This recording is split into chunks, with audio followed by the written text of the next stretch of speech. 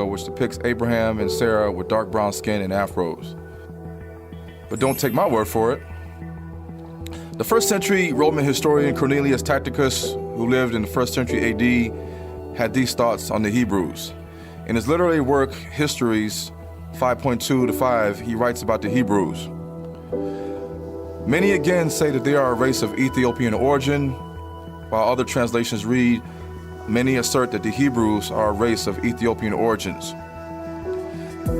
Now, if the early Hebrews were a race of Ethiopian origin, they must have been black to look upon, as the meaning of the word Ethiopian can be linked to the Greek word meaning burnt faces or dark skin tones.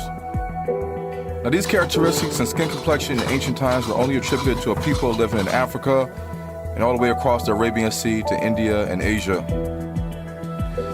Now, there was a Greek historian named Ephorus who lived during 400 BC who quoted, "The eastern Ethiopians, for two nations of this name served in, the Ethiopians were considered as occupying all the south coast of both Asia and Africa." And he added that this is an ancient opinion of the Greeks. Now, the Greek historian Herodotus, who lived during 490 BC, he quoted that the eastern Ethiopians, for two nations of the same name served in the army, were marshaled with the Indians. They differed in nothing from the other Ethiopians, save in their language and the character of their hair.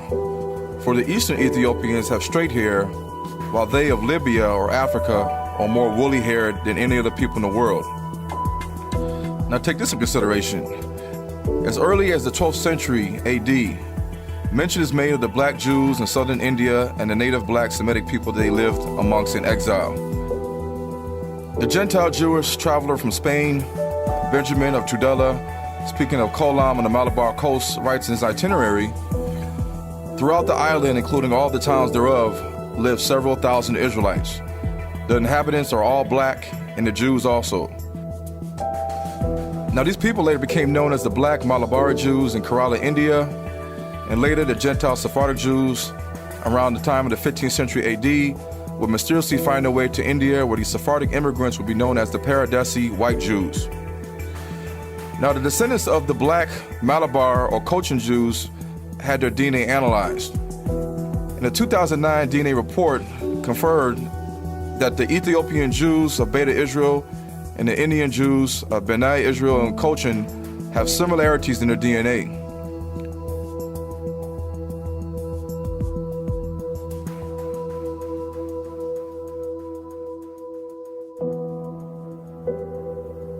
Now, one chronicle in India tells how a group of Jews descended from the Assyrian exile of the 10 northern tribes made their way to Calicut, Kerala by way of Arabia, Yemen. And a Malayalam Jewish song from Kerala, India suggests that the Jews of the ancient town of Pellora may have come from Yemen. It is a known fact that many of the dialects of Malayalam in South India have traces of Assyrian, Aramaic, and Hebrew influences. Now, in regards to the Greeks would classify the black Ethiopians and black Egyptians under the term Ethiops, Nubian, and Niger, simply because these names were associated with dark-skinned people. English archaeologist Sir Godfrey Higgins, who lived in the 1700s, would write the following about the Ethiopians. According to many ancient testimonies, the inhabitants of Sudan, Egypt, Arabia, Palestine, Western Asia, and India were Ethiopians, therefore Africans. Back in that era, there were two lands called Ethiopia, one on the east of the Red Sea and the other on the west of it. And a very great nation of blacks from India did rule almost all over Asia in a very remote era, in fact, beyond the reach of history of any of our records. Now, Strabo was the Greek historian who lived around 63 BC and he died around 24 AD. Now, he spent most of his travels in Kush and in Egypt. Now, he stated that the whole of India is traversed by rivers. As for the people of India, those in the south are like the Ethiopians in color, although they are like the rest in respect to the countenance or appearance and also hair. For on account of the humidity of the air, the hair does not curl, whereas those in the north are like the Egyptians. Now, Arrian of Nicomedia, a Greek historian who lived during the 1st century AD, in his literary work Indica, he quoted, that the appearance of the inhabitants is also not very different in India and Ethiopia. The southern Indians have rather more like Ethiopians, as they were black to look on, and their hair is black. Only they are not so stub-nosed and woolly-haired as the Ethiopians.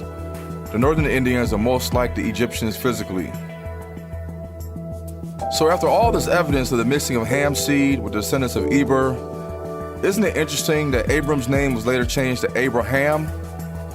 The Most High changed Abram's name to Abraham because he was to be the father of a multitude of nations, mainly through the mixing of Ham seed, not Japheth's seed.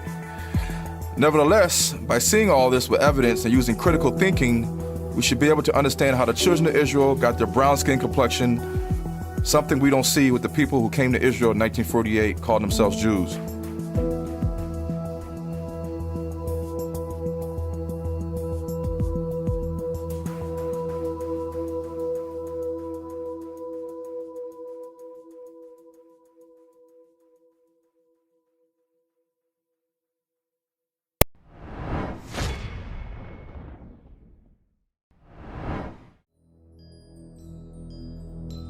Now therefore fear the Lord, and serve him in sincerity and in truth, and put away the gods which your fathers served on the other side of the flood, and in Egypt, and serve ye the Lord.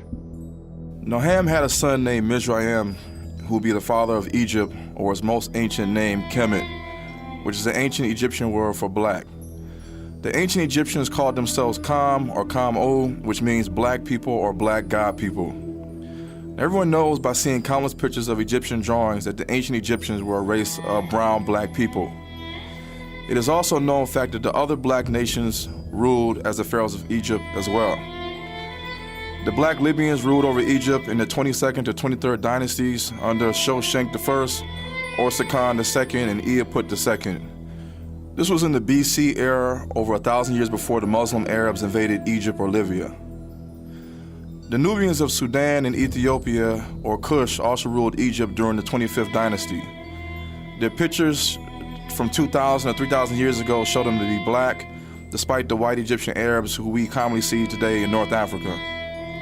Now, it is a known fact that when white people visit Egypt today, the locals immediately recognize them as Kawaga, which means foreigners, despite what is portrayed in Hollywood movies. But when African Americans visit Egypt, they are often mistaken for native Egyptians and are referred to as Masri or Mizri, meaning Egyptians in Arabic, which is based off the Hebrew word Mizraim for Egypt. In many cases, African Americans have also been referred to as Ibn Yaqub by the Arab locals when visiting the historical pyramids. Ibn Yaqub basically means son of Jacob,